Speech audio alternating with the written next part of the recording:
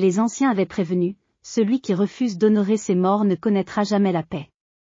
Mais Amadou pensait être plus malin que les traditions. Il pensait pouvoir échapper aux rites ancestraux. Il se trompait. Et chaque nuit, quand le coq de minuit chantait, son père mort venait le chercher. Que les esprits me pardonnent de raconter cette histoire. Que les ancêtres protègent ma langue, car je vais parler de choses qui font trembler même les plus braves. Cette histoire, je la tiens de ma propre grand-mère, qui connaissait la famille d'Amadou Traoré. Dans le village de Ségou, au bord du grand fleuve Niger qui coule comme le sang dans les veines de notre terre malienne, vivait un jeune homme moderne. Trop moderne. Amadou Traoré, 28 ans, diplômé de l'université de Bamako, costumes occidentaux, smartphone dernier cri, et un cœur qui avait oublié d'où il venait. Son père, Moussa Traoré, venait de mourir. Un grand homme. Un sage respecté. Celui qui réglait tous les conflits du village, qui connaissait l'histoire de chaque famille sur cette génération, qui parlait encore la langue des ancêtres que même les vieux avaient oubliés. Le jour de l'enterrement, la chaleur écrasait Ségou comme une malédiction. Le soleil de mars brûlait la terre rouge jusqu'à la faire craquer. Dans la grande concession familiale, des centaines de personnes s'étaient rassemblées. Les femmes pleuraient en se frappant la poitrine. Les hommes, vêtus de leurs plus beaux boubous blancs, psalmodiaient des prières. Mais Amadou, lui, se tenait à l'écart, les mains dans les poches de son jean, ses lunettes de soleil Ray-Ban sur le nez, consultant son téléphone. Pas une larme. Pas un boubou blanc. Pas même un geste de respect. Sa mère, Fatoumata, vint le trouver. Ses yeux étaient rouges comme la latérite après la pluie. « Mon fils, murmura-t-elle, la voix brisée, pourquoi refuses-tu de porter le deuil ? Les traditions l'exigent. Ton père le mérite. Maman, soupira Amadou en rangeant son téléphone, je respecte papa. Mais ces traditions sont dépassées. Porteur du blanc pendant 40 jours, me raser le crâne, dormir sur une natte par terre, je ne peux pas. J'ai ma carrière, mes affaires à Bamako. Je ne peux pas m'arrêter de vivre à cause de superstitions. Superstition. Le mot tomba comme une pierre dans un puits sans fond. Le vieil oncle Youssouf, le frère aîné du défunt, entendit. Il s'approcha, le dos courbé par 80 ans de sagesse. Amadou, mon neveu, dit-il gravement, ce ne sont pas des superstitions. Ce sont les ponts entre les vivants et les morts. Refuse de les traverser, et tu te retrouveras prisonnier entre deux mondes. Oncle, avec tout le respect que je te dois, nous sommes au XXIe siècle. Ces choses-là, coupa le vieil homme, ses yeux brillants d'une lueur étrange, ces choses-là sont plus vieilles que le fleuve Niger. Plus anciennes que les étoiles. Et elles ne pardonnent pas l'orgueil des jeunes fous qui croient avoir inventé le monde. Amadou haussa les épaules et s'éloigna. Dans son dos, il entendit les murmures désapprobateurs de l'assemblée. Il va le regretter, disait quelqu'un.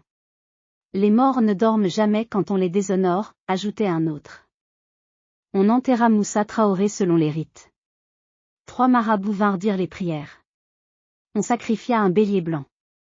On versa de l'eau sur la tombe en invoquant les ancêtres. Tout le village était là, sauf Amadou qui était retourné dans sa chambre climatisée, tapé sur son ordinateur. La première nuit fut calme. Trop calme.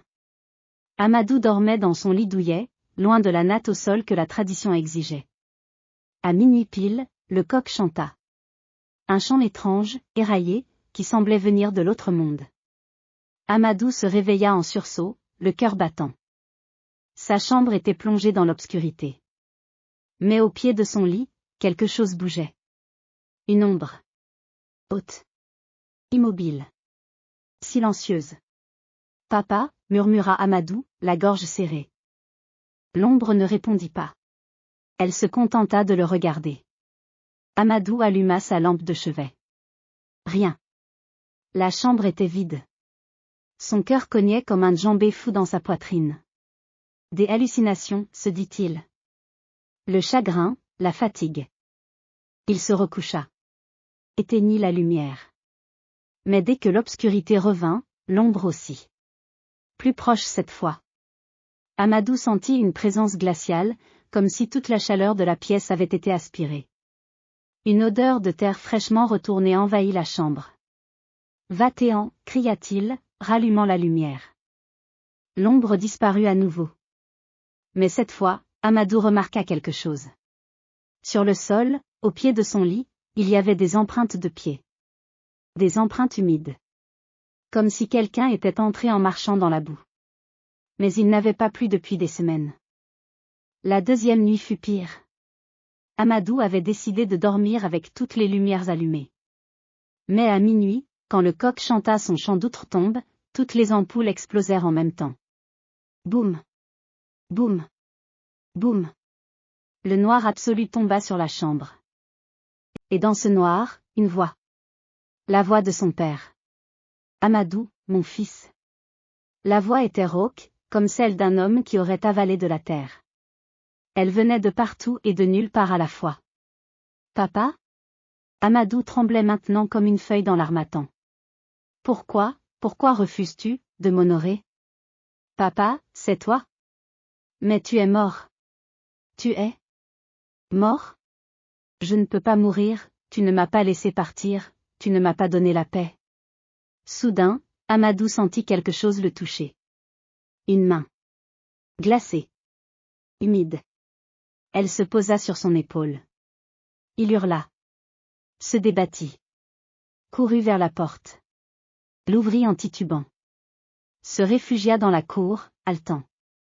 Toute la concession se réveilla. Sa mère accourut. Amadou. Qu'est-ce qui se passe? Papa. Papa était dans ma chambre.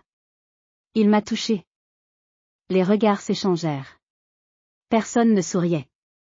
Personne ne disait, tu as rêvé. Car tout le monde savait. Dans ce village, depuis des siècles, on savait ce qui arrivait à ceux qui refusaient d'honorer leur mort. Le vieil oncle Youssouf s'approcha. Il est venu, n'est-ce pas? Amadou hocha la tête, incapable de parler. Et il reviendra chaque nuit. Chaque nuit jusqu'à ce que tu acceptes de faire ton devoir. Ou jusqu'à ce qu'il t'emmène avec lui. Mais c'est impossible. Les morts ne reviennent pas. C'est scientifiquement. Scientifiquement? Le vieil homme cracha par terre. Ton père était un homme de bien. Un homme juste. Mais même les justes ne peuvent pas reposer en paix si leurs enfants les déshonorent. Les ancêtres le retiennent dans les limbes, entre ce monde et l'autre, jusqu'à ce que l'honneur soit restauré. Que dois-je faire?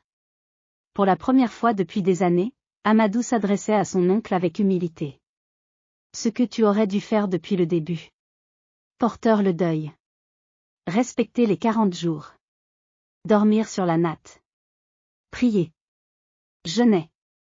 Racheter ton orgueil par l'humilité. Mais l'orgueil est une mauvaise herbe difficile à arracher. Amadou secoua la tête. Non. Il doit y avoir une autre solution. Un marabout. Une amulette. Je paierai ce qu'il faut. Le vieil homme le regarda avec une tristesse infinie. Tu ne peux pas acheter le respect des morts, mon neveu. Tu ne peux que le mériter. La troisième nuit, Amadou décida de ne pas dormir. Il but du café, garda toutes les lumières allumées, appela des amis au téléphone. Mais la fatigue est plus forte que la volonté. Vers 1 heure du matin, ses yeux se fermèrent. Quand il les rouvrit, il n'était plus dans sa chambre. Il se trouvait dans un endroit qu'il ne reconnaissait pas. Un endroit gris. Sans couleur. Sans son. Un brouillard épais l'entourait de toutes parts. Il voulut crier, mais aucun son ne sortit de sa bouche. Où suis-je, pensa-t-il, paniqué. Une silhouette émergea du brouillard. Son père. Mais pas le père qu'il avait connu.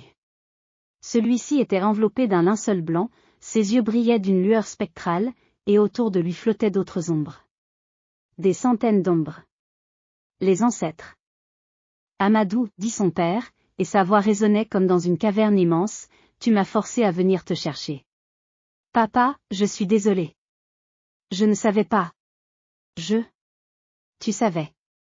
La voix était triste, infiniment triste. Tu savais, mais ton orgueil t'aveuglait. Regarde autour de toi. Amadou regarda. Dans le brouillard, il vit des scènes. Son enfance. Son père lui apprenant à nager dans le Niger. Son père corrigeant patiemment ses devoirs. Son père le défendant quand il avait fait une bêtise. Son père pleurant de joie le jour de son diplôme. Son père, toujours là, toujours présent, toujours aimant. Et lui? Qu'avait-il fait? Il était parti à Bamako. Avait cessé d'appeler. N'était revenu que pour les fêtes, et encore. Avait jugé son père arriéré, parce qu'il croyait aux traditions. L'avait traité de superstitieux, quand il lui parlait des ancêtres.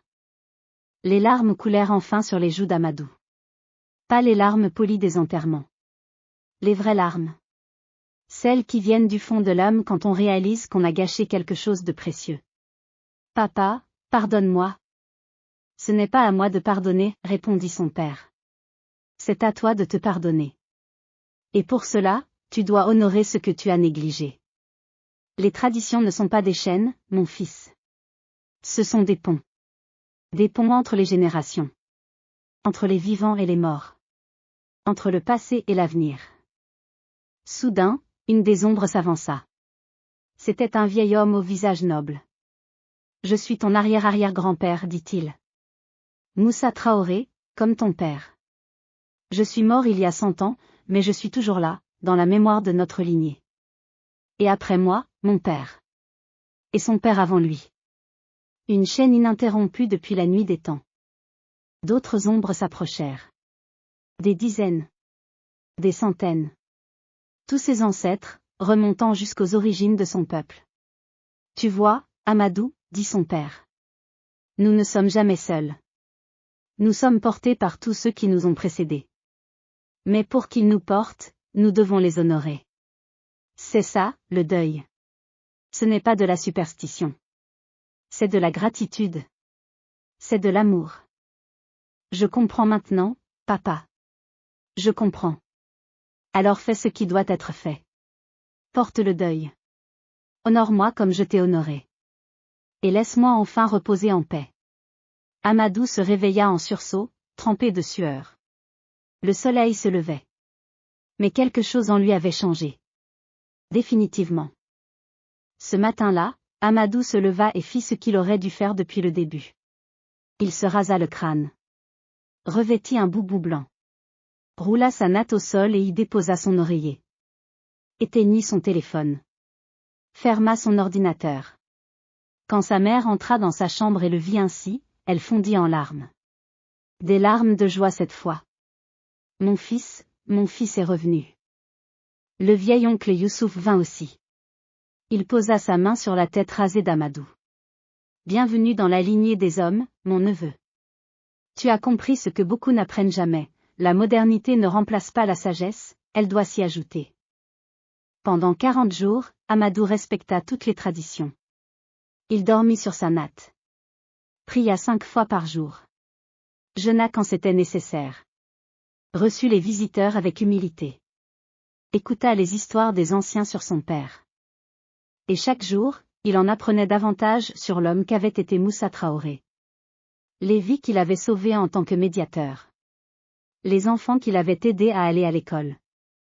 Les familles qu'il avait réconciliées. Les secrets de plantes médicinales qu'il connaissait. Les poèmes qu'il composait en langue bambara. Comment avait-il pu ne pas voir tout ça? Comment avait-il pu réduire son père à un vieil homme traditionnel? Le 40e jour, on organisa la cérémonie de clôture du deuil. Tout le village était là. On sacrifia un mouton blanc. Les marabouts psalmodièrent les prières ancestrales. On versa de l'eau sur la tombe en appelant le nom de Moussa Traoré une dernière fois. Cette nuit-là, Amadou dormit profondément pour la première fois depuis des semaines. Pas de coq à minuit. Pas d'ombre. Pas de voix. Juste un rêve paisible. Son père, debout dans un jardin magnifique, souriant. Tu as bien fait, mon fils. Maintenant, je peux partir. Mais je serai toujours avec toi, dans ton cœur, dans ta mémoire, dans tes choix. C'est ça, l'immortalité véritable. Quand Amadou se réveilla, le soleil inondait sa chambre. Sur son oreiller, il trouva quelque chose. Une petite amulette que son père portait toujours. Elle n'était pas là la veille. Il la porta à ses lèvres, ferma les yeux. Merci, papa. Je comprends maintenant. Et je promets de transmettre. Amadou ne retourna jamais vivre à Bamako de la même façon. Oh, il garda son travail, ses ambitions. Mais désormais, il revenait au village chaque semaine. Il apprenait les histoires familiales auprès de l'oncle Youssouf. Il notait les recettes de sa mère. Il enregistrait les chants que les vieux fredonnaient. Il comprit que la modernité et la tradition ne sont pas l'ennemi. Qu'on peut avoir un smartphone et respecter les ancêtres. Qu'on peut travailler dans la technologie et honorer les rituels. Que le progrès sans les racines, c'est comme un arbre sans terre, il tombe au premier vent. Des années plus tard, quand il eut ses propres enfants, il leur raconta l'histoire de leur grand-père. Et surtout, il leur raconta sa propre histoire. Comment il avait failli tout perdre par orgueil. Comment les morts lui avaient enseigné à vivre. Mes enfants, leur disait-il, vous vivrez dans un monde de vitesse, de machines, d'innovation. C'est bien. C'est nécessaire. Mais n'oubliez jamais d'où vous venez. Car comme disent nos ancêtres, l'arbre le plus haut ne doit jamais oublier les racines qui le nourrissent. Il leur apprit aussi ceci, ne craignez pas les morts. Honorez-les. Car ils ne sont pas partis. Ils vivent en nous, dans chaque geste que nous posons, dans chaque parole que nous disons, dans chaque choix que nous faisons. Et enfin, la leçon la plus importante, le deuil n'est pas une punition. C'est un pont. Un pont qui permet aux morts de traverser vers la paix, et aux vivants de traverser vers la sagesse.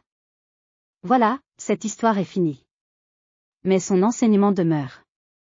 Que vous soyez moderne ou traditionnel, riche ou pauvre, jeune ou vieux, retenez ceci, nos morts nous regardent. Non pour nous juger, mais pour nous guider. Honorez-les, et ils vous béniront. Négligez-les, et ils viendront vous rappeler qui vous êtes vraiment. Comme disent nos sages, celui qui n'a pas de passé n'a pas d'avenir. Et encore, on ne construit pas une maison solide sur un sol qu'on n'a pas préparé. Que les ancêtres veillent sur vos chemins. Que vos nuits soient paisibles. Et que jamais vous n'ayez à entendre le coq de minuit chanter pour vous. Cette histoire se termine, mais votre histoire continue. Choisissez bien comment vous l'écrivez.